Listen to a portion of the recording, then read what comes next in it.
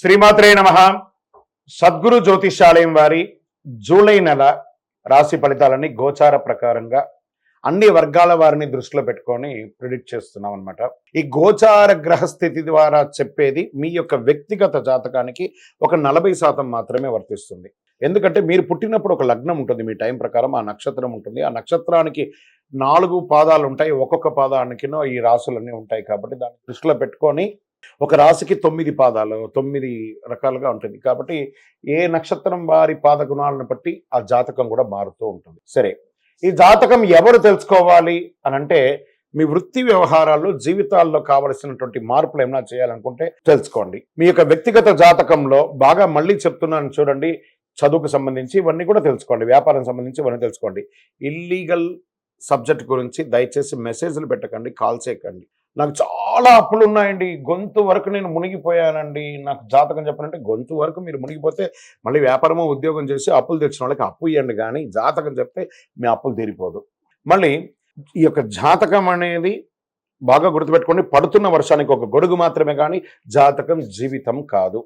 మీ యొక్క వ్యక్తిగతమైనటువంటి జీవితాన్ని నమ్మండి, మీ వృత్తిని నమ్మండి, మీరు చేసే వృత్తిని దైవంగా భావించండి, మీ జీవితం బాగుపడుతుంది. జాతకం సపోర్ట్ మాత్రమే, నడుస్తున్నటువంటి రోడ్లో ఒక స్పీడ్ బ్రేకర్ మాత్రమే, కానీ ఆ రోడ్ని అయితే అప్పుడేం భగవంతుడు మీరు జననమైనప్పుడు మరణం వరకు రాసేశారు. మీ యొక్క జీవితాన్ని ఒక గొడుగులాగా దీన్ని ఉపయోగించుకోండి.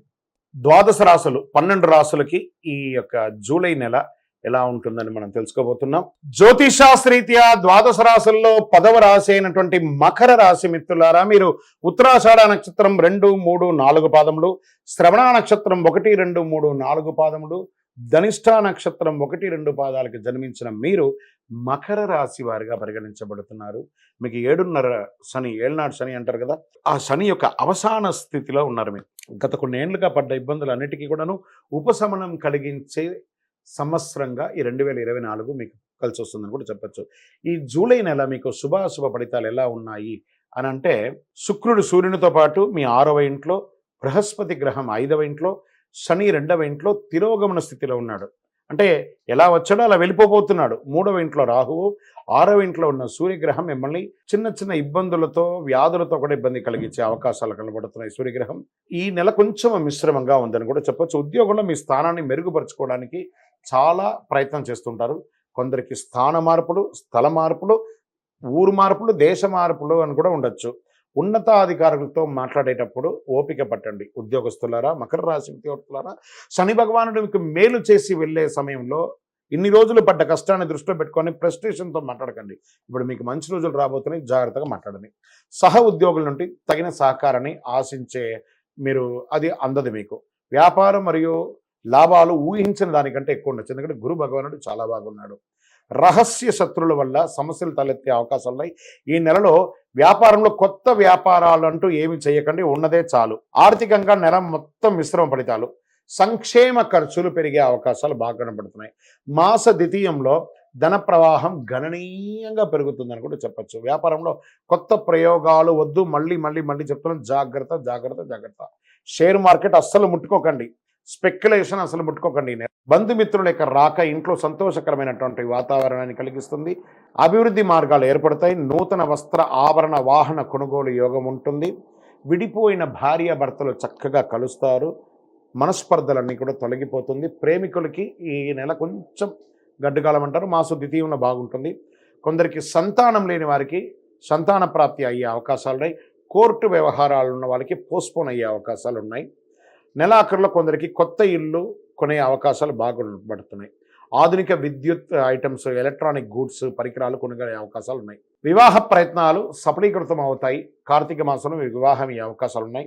అమ్మాయి అబ్బాయి ఇరువురికి కూడా మంచి సంబంధాలు వచ్చే అవకాశాలు ఉన్నాయి. నెలాఖరులో బంధువుల వల్ల కుటుంబంలో చిన్న సమస్యలు రావచ్చు, జాగ్రత్తగా మాట్లాడండి. కుటుంబ విషయంలో వేరే ఒక్కరిని అన్యులని జోక్యం చేసుకోనియకండి.